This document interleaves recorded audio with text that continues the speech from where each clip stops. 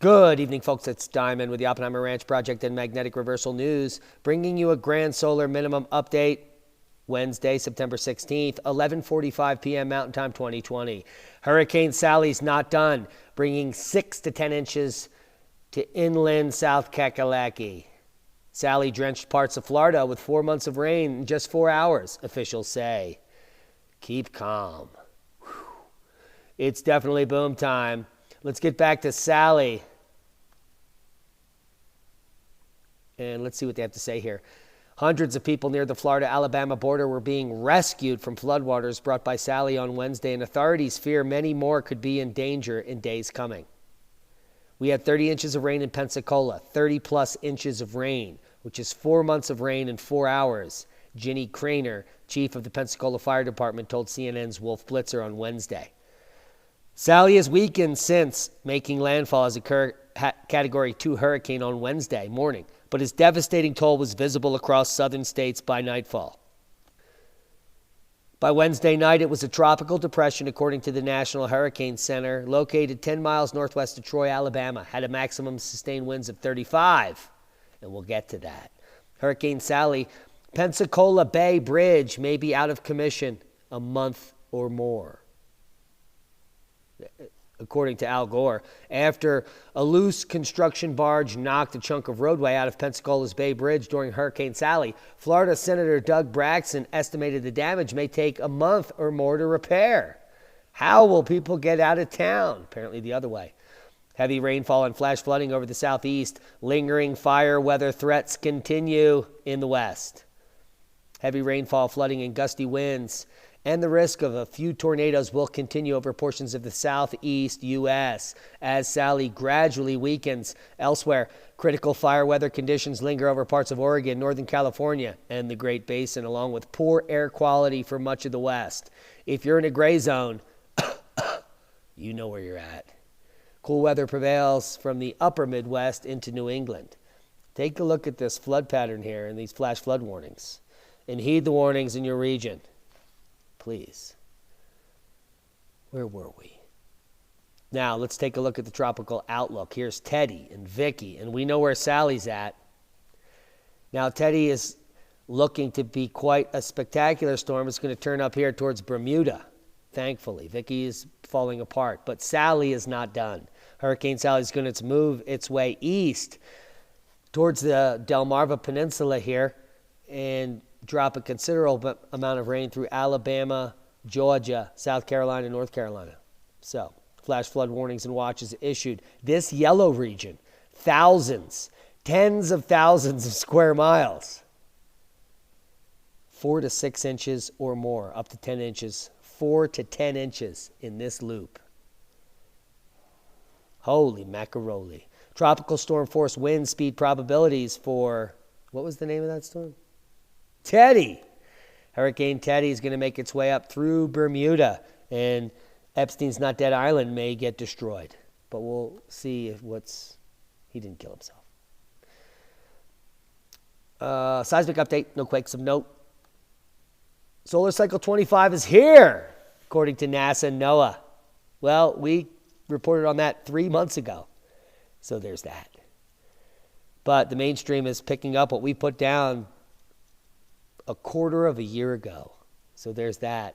And they're claiming that the kickoff point is 3 months later than we chose. I think we picked October 28th, June 29th. I don't know. I have to go back and look at the video. I think it's June 29th, 2019. I think they picked October or December 2019. But we're right, by the way. Oregon senator who stopped a climate change vote loses home to wildfire. And this is the headline picked up by some of the most disgusting outlets possible. The people who, well, James Crump, total scumbag. Now, kudos to the Oregon state senator who stopped the climate change vote because it's nonsense. Carbon taxes and all that are nonsense. I hope you watch my Crestone Energy Fair keynote speech because I lay it out in layman's terms what's going on and how stupid you have to stupid you have to be to believe that climate change caused these fires. These fires are caused by green initiatives, by Democrats that prevent fire mitigation. They prevent controlled burns. They prevent fire breaks. They prevent understory clearing. They prevent everything that prevents forest fires. And this is what they get. And then they make fun of the senators that vote against CO2 as pollution. It's almost like we live in an oxymoron. Facts are fiction and fiction are facts. And politicians are so divided that it's either they're telling fairy tales or they're telling the truth. It's only one or the other. And it's mostly fairy tales. But this Oregon senator should get a pat on the back, not get an expose because his house burned down, because Democrats failed to mitigate the fires. So the Democrats that failed to mitigate the fires are now making fun of the Republicans' homes that are burned in their forests. This is disgusting, which is why I will never vote in a national election except this year. And you know why? Because I don't sniff little children. Now, there are other concerns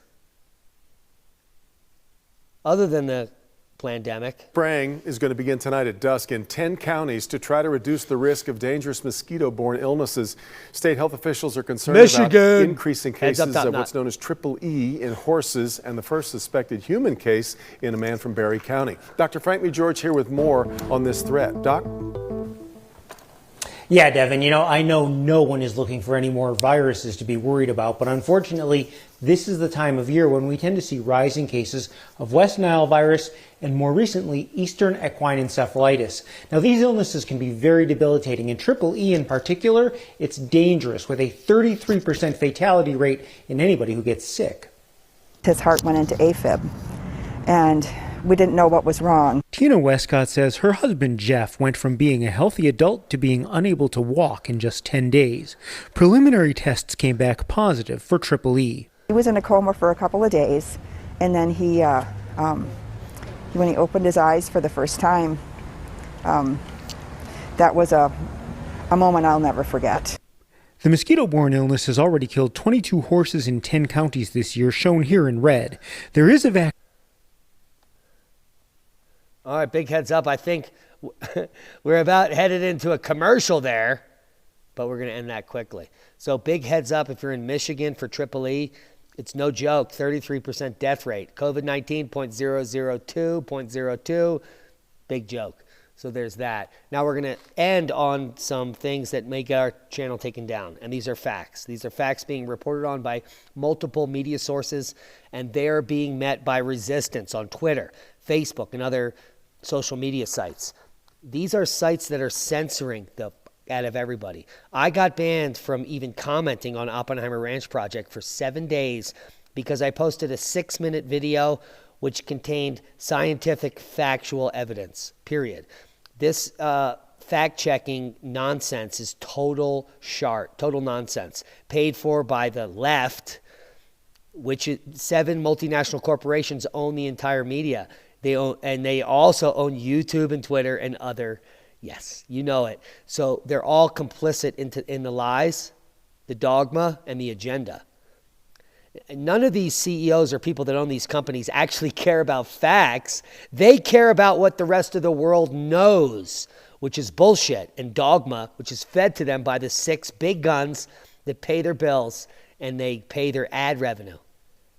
Now, that's quite funny because our videos generated tens of thousands of dollars monthly ad revenue for YouTube before they shut us down. Maybe their business model is broken and they need to really rethink that.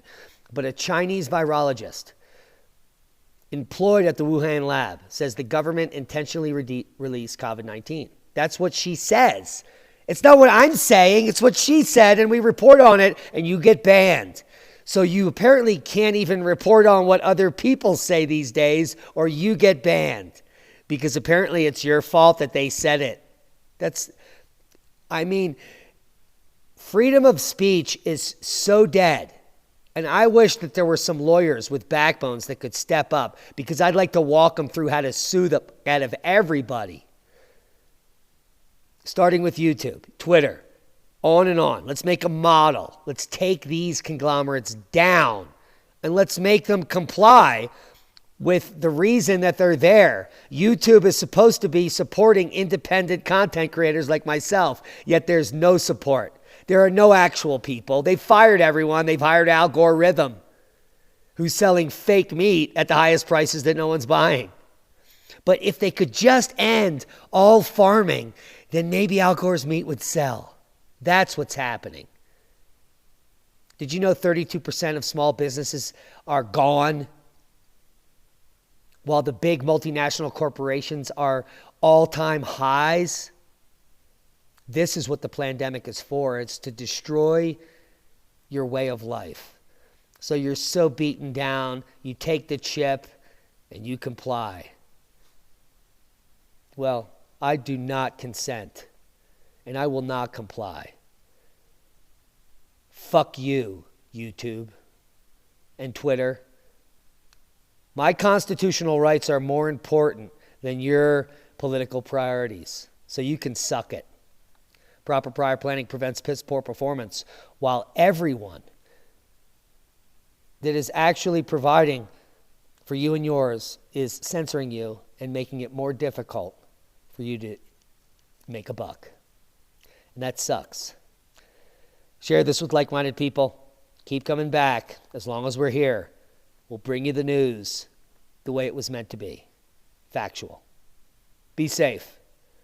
We love you.